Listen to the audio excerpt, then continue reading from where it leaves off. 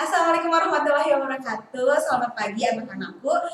Perkenalkan sebelumnya nama Ibu Fariza Nur Aini. Kalian bisa panggil Ibu Fariza. Di sini Ibu akan menemani kalian dalam pembelajaran mata pelajaran ekonomi. Insya Allah Ibu sendiri akan mengajar mata pelajaran ekonomi sampai akhir semester ini.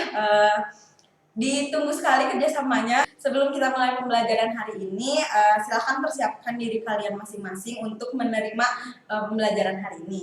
Jadi hari ini kita akan mempelajari bab mengenai pelaku kegiatan ekonomi. Nah, ini ada beberapa pembahasan ya di bab ini, yang khususnya hari ini kita akan mempelajari mengenai produksi terlebih dahulu. Nah, jadi sebelum pembelajaran ini dimulai, Ibu mau meminta kalian memikirkan hal tentang produksi gitu ya. Nah, mungkin salah satu yang kalian pikirkan ketika mendengar kata produksi yaitu salah satunya di gambar yang ada di layar kaca kalian ya. Nah, sebelumnya mungkin kalian akan berpikir bahwa produksi itu berkaitan dengan membuat barang atau menghasilkan suatu barang. Nah, namun setelah pembelajaran kali ini, Ibu sangat ingin kalian mengubah persepsi kalian tentang produksi seperti gambar yang baru ini. Nah, jadi produksi itu sendiri bukan hanya sebuah menciptakan suatu barang gitu ya, tapi mengubah suatu kegunaan barang tersebut menjadi lebih berguna dan bisa langsung dimanfaatkan oleh kita. Nah, jadi setelah pembelajaran hari ini, persepsi produksi di pikiran kalian itu berubah menjadi menambah suatu faedah atau kegunaan. Jadi sebenarnya apa sih produksi itu gitu ya? Nah, sesuai bahasanya, kalau produksi itu adalah kegiatan menambah faedah atau kegunaan suatu benda atau menciptakan suatu benda baru sehingga bermanfaat dalam memenuhi kebutuhan. Nah, produksi ini sendiri dibagi menjadi dua bagian anak-anak. Yang pertama itu ada produksi barang dan yang kedua ada produksi jasa. Nah, kita langsung ke contohnya ya.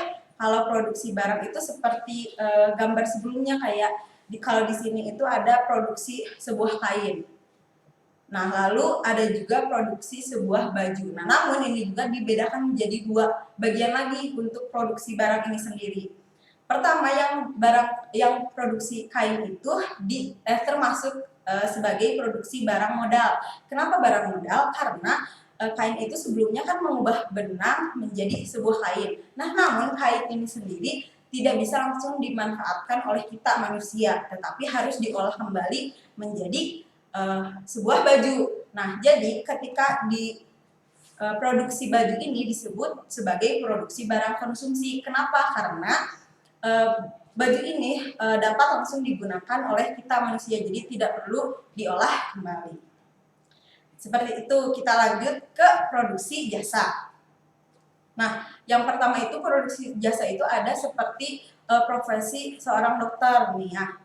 Dan yang kedua itu ada profesi seorang perbankan atau teller misalkan ya, di sini dicontohkan. Nah, kalau misalnya produksi jasa seorang dokter ini sendiri termasuk produksi jasa secara langsung. Jadi manfaatnya itu dapat kita rasakan secara langsung. Sementara kalau produksi jasa seorang perbankan ini manfaatnya kita rasakan secara tidak langsung. Seperti itu sampai produksi jasa. Semoga dapat dimengerti anak-anak ya. Kita lanjutkan. Di sini juga ada tujuan produksi. Nah, tujuan produksi itu yang pasti untuk tadi ya, setelah disebutkan yaitu memenuhi kebutuhan manusia. Namun di produksi ini sendiri ada dua tujuan nih anak-anak. Yang pertama ada tujuan untuk produsen. Produsen itu kan sebagai pihak yang menghasilkan barang ya. Nah, berarti tentunya tujuan produksi itu untuk memperoleh keuntungan. Nah, selanjutnya untuk konsumen. Kalau untuk konsumen sendiri berarti pihak yang mengonsumsi jasa. Nah, untuk tujuan produksi untuk konsumen ini sebagai alat pemuas kebutuhannya yang dapat langsung digunakan sehari-hari.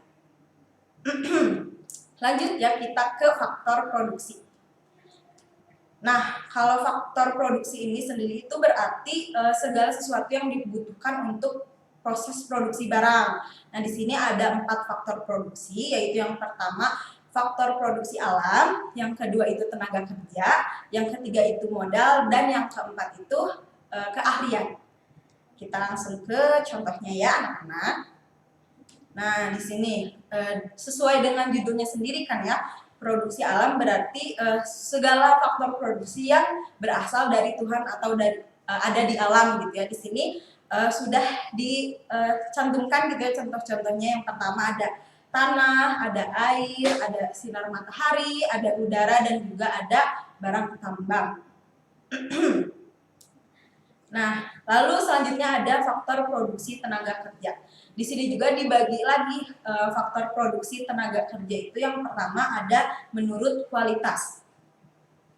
Nah, kalau dari menurut kualitas ini ada 3 macam tenaga kerja, yaitu yang pertama ada tenaga kerja terdidik, yang berarti untuk mendapatkan atau untuk menjadi tenaga kerja tersebut harus punya pendidikan gitu ya. Yang kedua itu ada tenaga terampil, yaitu harus punya skill untuk menjadi tenaga kerja tersebut. Dan yang ketiga itu ada tenaga kerja tidak terdidik dan tidak terlatih. Nah, di sini kalian tidak perlu menempuh pendidikan dan juga tidak perlu mempunyai keterampilan.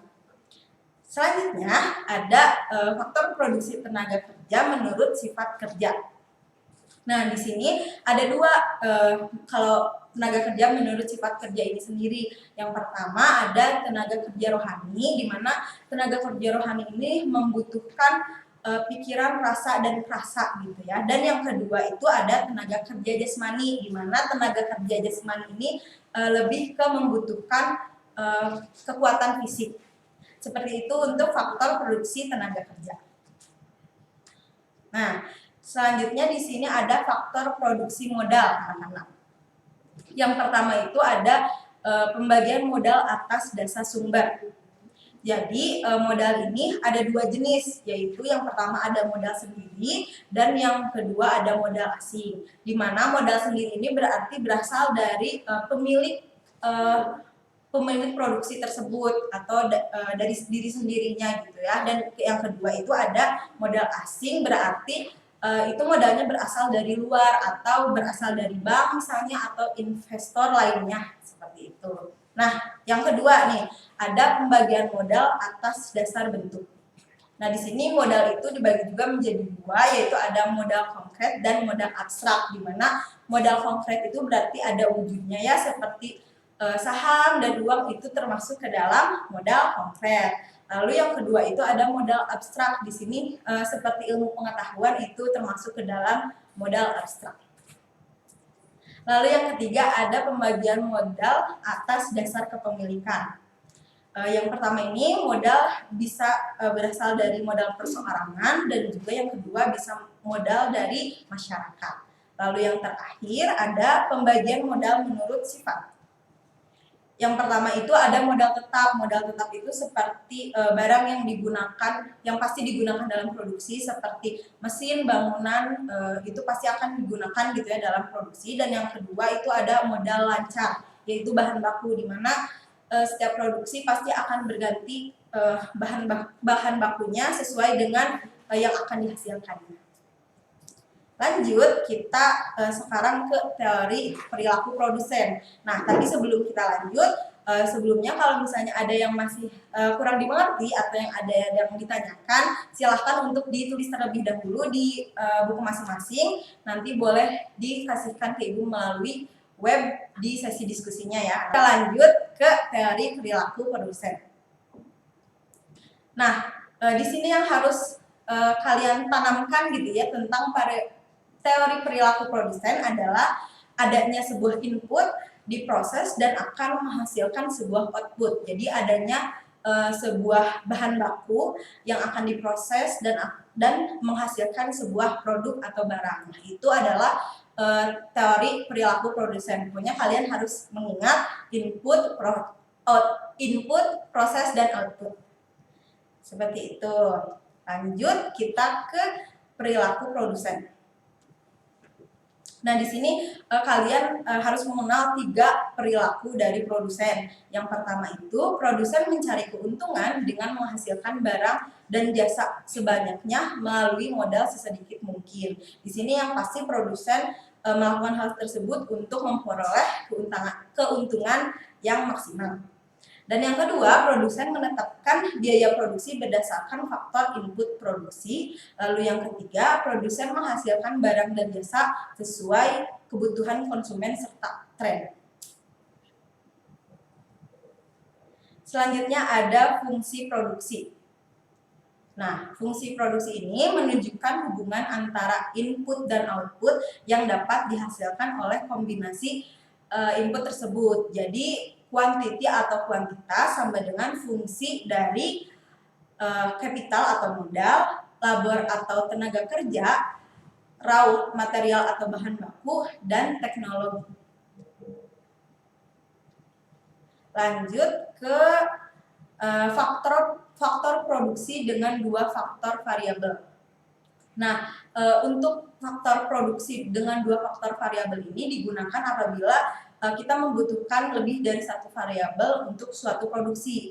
Nah, ini faktor produksi dengan 2 faktor variabel ini biasanya digunakan dengan kurva yang dikenal dengan istilah kurva Isoquant. Nah, di sini isoquant sendiri ini berasal dari kata yaitu iso itu diartikan sama dan quant itu diartikan kuantitas. Nah, jadi apabila kalian menginginkan menghasilkan kuantitas yang sama, di sini ada perhitungan variabel, 2 faktor variabel yang harus digunakan.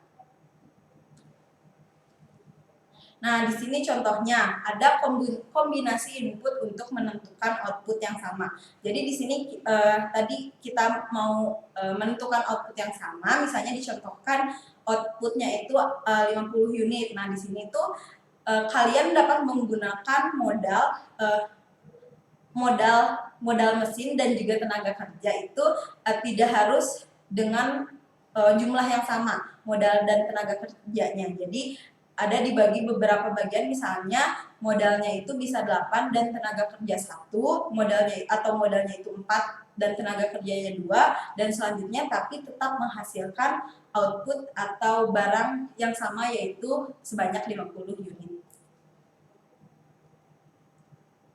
Nah, ini sendiri ada contoh dari kurva Isoquant. Jadi seperti yang dijelaskan tadi ya, kapital labor dan kapitalnya berbeda tapi akan menghasilkan kuantitas yang sama, yaitu disebut juga sebagai kurva Isoquant.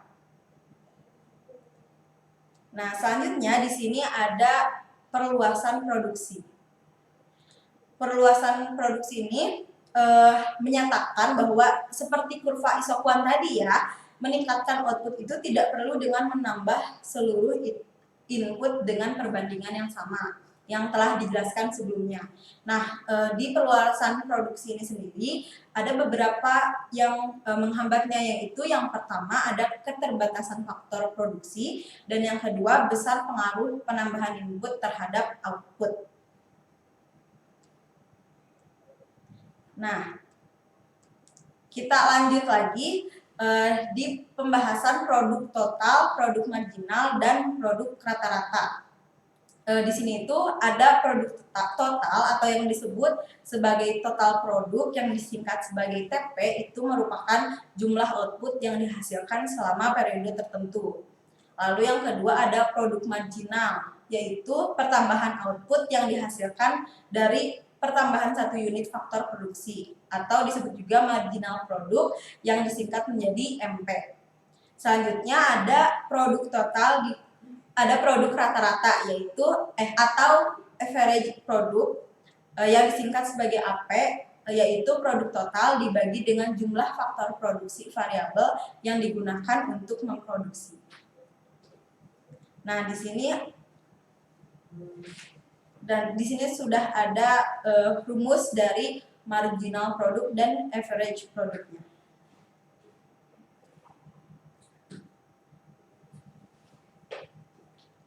Nah, selanjutnya di sini akan menjelaskan mengenai hukum produk marginal yang semakin menurun, yaitu jika jika input faktor produksi terus ditambah, maka tambahan produk total akan semakin berkurang. Kita langsung ke contohnya ya. Nih, dapat disebut juga law of diminishing return. Jadi misalkan ketika kalian mempunyai satu jumlah tenaga kerja, total produksi kalian akan menjadi 8. Lalu selanjutnya kalian menambah jumlah tenaga kerjanya menjadi 2. Lalu total produksi kalian bertambah menjadi 18. Nah, berarti produksi marginalnya itu sebesar 10. Nah, namun tidak berlaku ketika kalian terus menambah jumlah tenaga kerja. Bisa dilihat di contoh yang jumlah tenaga kerja 5. Di situ total produksinya itu 55 dan produksi marginal itu sebesar 10. Padahal di angka sebelumnya 4 produksi marginal itu sebesar 15. Jadi di sini ada hukum yang menjelaskan produksi marginal yang semakin menurun. Dan di sini juga udah ada contoh dari kurva law of diminishing return yang tadi telah dijelaskan. Jadi di sini bisa terlihat bahwa MP yang awalnya tadi itu ketika ditambah tenaga kerjanya itu produksi marginalnya bertambah, namun ketika terus-terusan ditambah produksi marginalnya sendiri itu akan semakin menurun. Nah, sekarang kita lanjut ke biaya produksi. Nah, biaya produksi ini sendiri pasti bisa dimengerti lah ya, berarti biaya yang dikeluarkan untuk proses produksi. Ada beberapa bagian di biaya produksi ini. Yang pertama itu biaya total atau total cost atau yang disingkat menjadi TC. Jadi kalau biaya total itu berarti biaya keseluruhan. Betul sekali. Lalu yang kedua itu ada biaya tetap atau fixed cost atau yang disingkat menjadi FC. Di sini biaya tetap itu biaya yang harus ada dalam proses produksi, tidak dipengaruhi besar kecilnya unit barang dan jenis yang diproduksi. Jadi misalkan berapapun barang yang nanti akan dihasilkan, biaya tetap ini pasti akan dikeluarkan. Contohnya itu kayak biaya mesin ataupun bangunan, di situ tidak dipengaruhi berapa besarnya produksi yang akan dihasilkan. Dan yang ketiga itu ada biaya variabel atau variable cost atau disingkat menjadi VC, yaitu biaya-biaya yang harus dikeluarkan sesuai dengan besarnya output. Nah, kalau tadi fixed cost itu berapapun yang dihasilkan outputnya itu fixed cost-nya pasti segitu, sementara kalau variable cost ini disesuaikan dengan output yang dihasilkan. Jadi misalkan ketika kalian bikin bolu mau bikin 10 sama bikin 20, pasti terigu yang kita beli itu kan berbeda ya, biaya yang dikeluarkan untuk beli terigunya itu kan pasti berbeda. Nah, di sini itu terigu tersebut dikatakan atau dikategorikan sebagai variable cost. Nah, di sini juga ada rumus dari total cost atau biaya total keseluruhan sama dengan tadi yang fixed cost ditambah dengan variable cost. Selanjutnya ada biaya marginal atau marginal cost atau yang disingkat menjadi MC. Jadi biaya marginal ini sendiri yaitu merupakan tambahan biaya yang diperlukan untuk produksi satu unit tambahan output. Jadi misalkan tadi jumlah tenaga kerja 1 akan mengeluarkan biaya sebesar 3 juta, tapi ketika jumlah tenaga kerja 2 akan menghasilkan biaya 4 juta. Nah, jadi tadi biaya yang 4 juta dikurang 2 juta itu disebut sebagai biaya marginal atau marginal cost. Dan yang kedua ada biaya rata-rata. Di sini dinamakan average cost atau disingkat menjadi AC. Di sini terdapat 3 bagian dari biaya rata-rata. Yang pertama, biaya rata-rata total atau average cost. Yang kedua ada biaya tetap rata-rata, dan yang ketiga ada biaya variabel rata-rata. Di sini ada rumusnya. Yang pertama ATC sama dengan TC dibagi kuantitas atau total cost dibagi kuantitas. AVC sama dengan fixed cost dibagi kuantitas, dan AVC sama dengan variable cost dibagi kuantitas. Selanjutnya ya anak-anak, semoga sampai sini masih dapat dimengerti. Yaitu selanjutnya ada penerimaan. Seperti yang kalian tahu sendiri, kalau penerimaan itu berarti adanya sebuah uang yang diterima oleh masyarakat gitu ya. Yang pertama itu penerimaan sendiri dibagi menjadi beberapa, yaitu yang pertama ada total revenue atau penerimaan yang didapat perusahaan dari menjual produknya atau segala penerimaan dari penjualan produk gitu ya. Dari kalau total revenue ini dirumuskan sebagai P dikali Q atau price atau harga dikali kuantitas barang yang telah dijual. Dan yang kedua ada average revenue atau penerimaan rata-rata persatuan produk yang dijual. Yaitu average revenue sama dengan total revenue yang tadi dibagi dengan kuantitas barang yang dihasilkan. Dan yang ketiga itu ada marginal revenue. Di sini marginal revenue itu merupakan penambahan penerimaan total akibat penambahan jumlah barang yang dijual. MR itu sama dengan total revenue 2 dikurangin total revenue 1. Nah, selanjutnya di sini kita akan membahas mengenai laba maksimum.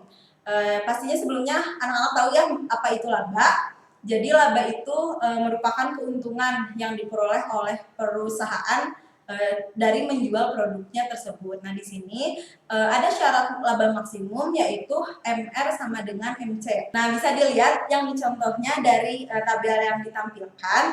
Di sini ketika MR sama dengan MC atau di angka MR 30 dan juga MC 30 tersebut berarti ditandakan adanya laba maksimum di kuantitas tersebut. Nah, selanjutnya ini ada kurva dari laba maksimum. Kalian bisa lihat di titik B, di situ ada MC, garis MC bertemu juga dengan MR. Nah, disitulah diperoleh laba maksimumnya tersebut. Nah, cukup sekian pembelajaran dari hari ini, yaitu produksi di peran pelaku kegiatan ekonomi. Semoga dapat dipahami oleh anak-anak semua. Nanti kalau misalnya ada yang masih tidak dipahami atau ada yang ditanyakan, boleh yang tadi udah dicatat ditanyakan di forum diskusi yang ada di web. Terima kasih, semoga kalian dapat memahami. Sampai jumpa minggu depan. Wassalamualaikum warahmatullahi wabarakatuh.